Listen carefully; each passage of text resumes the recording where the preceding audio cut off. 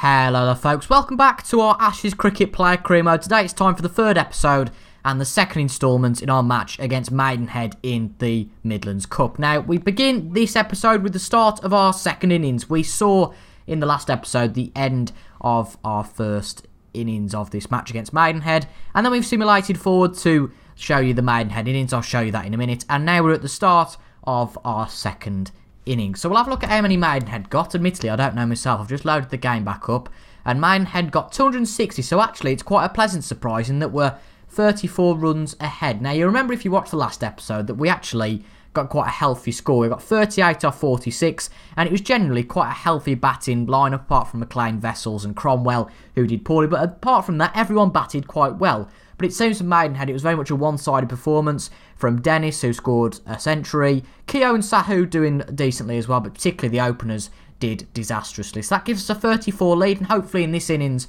bearing in mind though we are on the middle of the second day, so we need to get a bit of a move on. But a lead, well, an innings of about 260 or 300 should do us here to ensure we beat Maidenhead. But let's simulate nonetheless to when we get in. Now, I had quite a funny few comments the other day, which certainly made me smile, in that, why on earth are you playing Maidenhead? Because Maidenhead aren't really Midlands, which is something I completely agree with. It's a sentiment which I can completely understand, and the answer to that question is, I have absolutely no idea. That's the end of that session. Let's move forward again. No, I've got absolutely no idea why Maidenhead are in there, but I'm not going to complain. And also, the other comment which was really helpful was that we are actually Warwickshire. That's the county we are, from David Doubtfire. Thank you very much, David, for that. And it does make sense now that we are. So that's the county that we're trying to get in for. The last two episodes are gone. I can't remember which county it is, but from now on, David, I will know that we are aiming to play for Warwickshire. So a big thumbs up for that. Thank you very much. But just having a look at what the situation is as we come to the crease at the end of the 45th over. Vessels and Bates doing quite poorly again, as of the first innings, to be fair. Bates did very well. But Vessels again with a poor innings. Maybe he might need to be dropped for the next match. But McLean and McCallum with a solid partnership.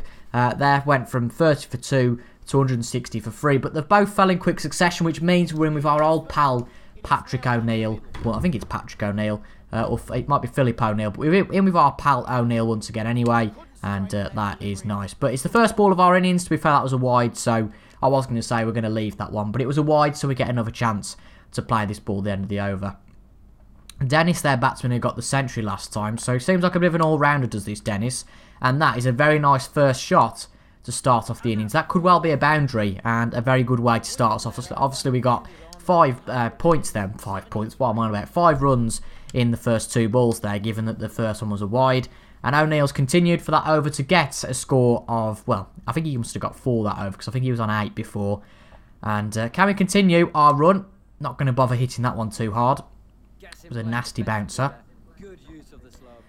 But it looks like Dennis is the all-rounder, the complete all-rounder, with him getting that century in the innings and then bowling here. But he's had 3 overs, got 16 off them, so that's not too shabby for him at all. A decent run rate, but at the same time, we've had a decent run rate as well. It's about 4 and over, just a bit less, maybe 3.5. Yeah, it's certainly more than 3, but less than 4. So about 3.5 is the run rate, which is good. We're going to not bother going for that one. No point taking risks. Again, it's going to be similar to the previous episode. I think we can build a nice, good partnership with O'Neill, and this should strengthen our chance of winning. I mean, with this score so far, we are about, roughly, I'm not sure on exactly, but that was quite a poor ball as well. That's another wide, and apart from him actually conceding the wides, he's had quite a good economical rate, but it seems that he's conceding a few wides, which isn't too brilliant for him. But with this score so far, we're about 200 up with 6 wickets in hand. So we're doing well so far. We're in a good position. 213 we lead by, it's just said there in the bottom corner. So we're certainly doing quite well. But one of their more experienced bowlers comes on, it looks like now. Nathan Croft, I think it was. And after 10 overs, he's conceded 47. So not a bad run rate. That's quite a poor shot from us. Should have known, really, that we're coming down the leg side. Yeah, the run rate's 3.83. So quite close to 4. And as I say, we need to get a bit of a wriggle on now. I presume it's about the afternoon session or even the evening session on day 2. Let's have a look. No, it's about the evening session, I think. It's either just about to go for tea or we've just come back out. So we're going to have to get a move on because we want to bowl these out quite quickly. But we're quite conscious we want to get up to about a lead of 300 runs. But quite positive in this match in the fact that we should be able to win it now, unless we have a bit of a collapse, which, to be fair, ourselves and O'Neill are responsible for making sure doesn't happen by losing 2 successive wickets quickly. So we're quite pivotal in this innings, and providing we don't fall quickly, which could well happen with the leg spinner coming in now, we have a good chance of winning this match. Good decent shot, nice defensive shot. It's not really about the runs in this one. I mean, there's 19 overs left today, so if we can bat out all those with the current run rate, that adds another 80 runs to the pile. And of course, then puts our run rate. Everyone getting behind that appeal. They feel pretty confident about this. This could be a turning point in the match. Oh dear. Dear. Well, that was brilliant, wasn't it? Yeah, let's get some good runs. I said, we won't take a risk with the leg spinner, but we went for it. It hit the bat, and we're out. And that is quite a poor innings. 6 off 10. Really not good enough. After a good innings the last episode as well, 38 odd. And as I said, we're quite responsible for making sure there's not a slip here, but there could well be. But actually, they're doing alright. But as soon as I say that, O'Neill gets out. And now Lynch has gone. What's the score at now? It's really just the tail enders. I mean, we've got a 267 lead, and hopefully they shouldn't get to that much. But it'd be good if we can get to it nice and quick. That's the end of the session, so we start the day on 280 for 8 or something along those lines. 248. Well, the lead was 280, I meant. So, not too bad. If we can last a few overs, there's 110 overs today, so in fact, it's a long day, really, and if they can stay in all day, they definitely win the match. So if we can get the lead to about 330, 340, then they've got to get more than 3 or 4 runs and over. More than 3 runs, anyway, to win the match, which puts them a bit under pressure. That's a nice ball from Downing to start his running off. Obviously, he did get the one before, but it starts the innings off, and I don't really know what happened to us there, particularly. Not the best. But we'll simulate another wicket, and that has fell very quickly. Downing's gone, and actually these two are going quite nicely. Let's have a check up again. I mean, Banks has just took the mick. I mean, before he got that 2 there, he did what 2 off 26, which is just absolutely bonkers. But Aiden's ticking away quite well, which is nice to see, and we've got a lead of just over 300 now. Again, it's going to be just a case of how well they do. Blimey, they're still going. Well. Has Aiden got his 50? Not quite, but Banks has certainly put on the style a little bit now. It's just a case of whether we need to declare at some point, because we need to be conscious that we want to get them out before the end of the day. Whilst this partnership's great, well, I suppose it's on the last wicket. So the last wicket will fall at some point, but we don't want to be here all day.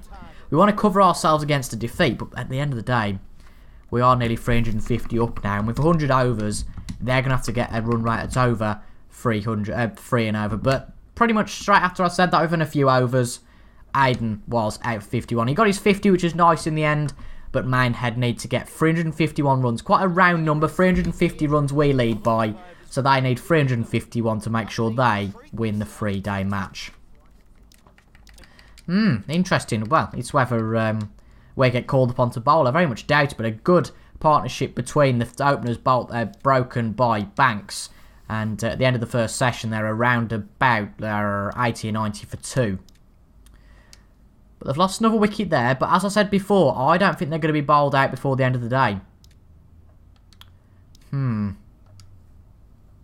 mean, there's only 50 minutes left now. I think it's 5:30 that the day finishes. I think that's when the day finishes. It'll say at the bottom. So there's 10 overs left. That should signify about an hour. 6 overs remaining today. Blimey. Well, why did it say 10 overs remaining then? I don't particularly know.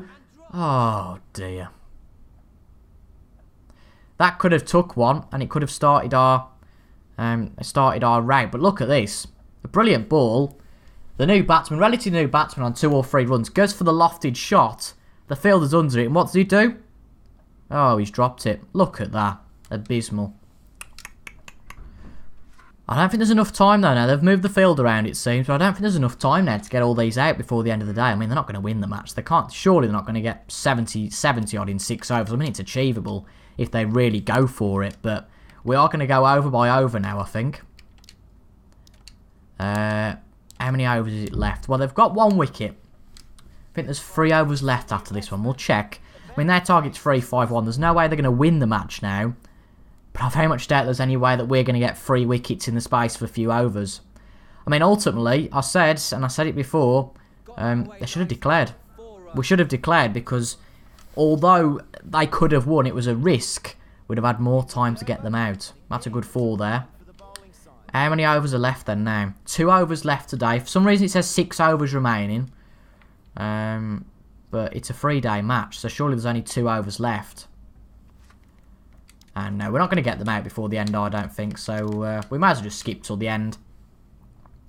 In which I think the match will be drawn. I mean, it's better than nothing. I'm not going to complain at that at all. The match has finished now. And the match has been drawn. We needed 3 wickets to get them all out. That's a shame. But it's a step in the right direction for us. I think it's a point we get out of that. We'd have liked the win. But I don't like to... Well, I'm not going to blame myself because ourselves getting out had nothing to do with it, really, to be honest. But we need to make sure we make it 1 of each, really, in the next game. We want to make sure we win this next game. And we're going to start that this episode because obviously we didn't have that much of a long innings. Now, we have got a lot of available points. But bear in mind, a lot of these are from my Joe Root career. So we're going to spend up to when we get to 100,000 now. I think that's fair enough. And then we'll know that we can only go down to that 100,000 mark. That's probably fair enough. Yeah, that's okay. And then obviously the 100,000 will allocate to being collected in the Joe Root career mode. And then we can distribute that as such. So we now face Kington, who have won 1 and lost 1. So, well... What's happened here? How come it says 1-1 for us? Let's have a look. Standings, that's what we want. No, I'm not bothered about that. How do I find out where we are? Calendar, is it? No, it's not on there. My teams, I found it the other day. Where is it? Stats, standings, are they not on it? View country competitions, England, there we go. I think we can get on. No? I'm sure I could find it somewhere. That seems very odd. So, here we go. Got it. So the Midlands Shield, so it's 1. So you get do you get the same amount of points for a win as you do a draw then in that case? Oh, okay. So when the match is drawn, 1 team wins on countback. Now, I understand what countback means in motorsport, but God knows what it means in cricket. So all of the matches that have been played in round 2 were all drawn, and they're all won on countback. That's interesting. So we play Kington, who drew their last match against Huntingdon and lost their... no, they won the first match against Maidenhead. So a bit of a tricky opponent, it seems, but we can always take them on. And we're back at home. I think I remember from last time I remember that we were away from home. I got a comment the other day that said the kit looks awful, and I don't half agree. The kit's not very nice, but can't really do much about that. Just checking the iPad, see if any wickets have fell in the England-West Indies game in real life. So you might be able to guess when I'm recording this. It's the Saturday, but oh well. It's going to be an interesting match, this is. As you says, performing match to become a better player to catch the selector's eye. I mean, it's going to be a long time yet before we get into the Warwickshire squad. At the end of the day, we need to get a good set of innings going because we didn't do too well in the last match. When we got the decent partnership with O'Neill, but it's always tricky coming in middle order because you've got to have a balance between being aggressive and making sure you don't cause there to be a bit of a exodus at the crease. But we can have a go. I mean, we're not the best player. Our stats, I think it's something like 37 in terms of our abilities, so that's nothing compared to the 70 or so that international players possess. So let's continue. Let's get on with this nice and quickly. Presume that they would call the toss. Oh no, have they called what they want? So Kington have called heads. It's ended up being tails. And the captain, what's the captain going to go for? He's going to choose to bowl. So it's going to be a while yet before we can get in, but hopefully we can bowl out Kington for quite a low amount. Be nice to see that, Will. And they're in a nice bright blue kit, so we can very much distinguish between the two kits nicely. Took a quick wicket as Aiden there, a good duck. O'Neill's also broke that little partnership. Malenko's also gone 50 run out. So we're not doing too badly here. They're not doing too badly either, to be fair. That's the end of the first session at about 170 for 4. But they are going to get a good cushy amount of runs here. But their bottom orders fell a little bit less than their top order, but they still do get a respectable amount.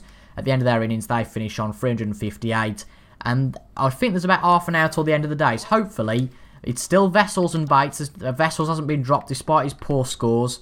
Again, gone for one. He's got to be replaced at some point. He has to be.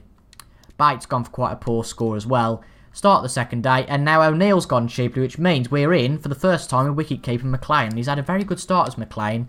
42 or 47, but apart from that, O'Neill was quite poor. I'm sure I've heard Hafiz from International.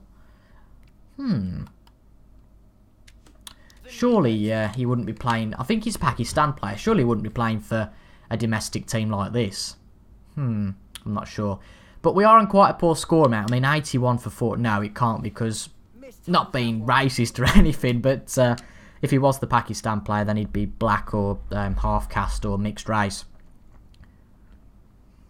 But from that observation, I don't think that's the chap that I'm thinking of. Right, in comes Hafiz, and we've got our first run off him, but it's it's really poor, to be honest. This is like England-level batting against West Indies in the last few matches. 82 for 4, and McLean contributing to over half of those, half of the score. So, quite poor, but got a good over so far in that we've scored 4 runs. But if we continue that, that's a nice shot. It was a Yorker, so we were put under a bit of pressure. Let's go aggressive for 2 runs here.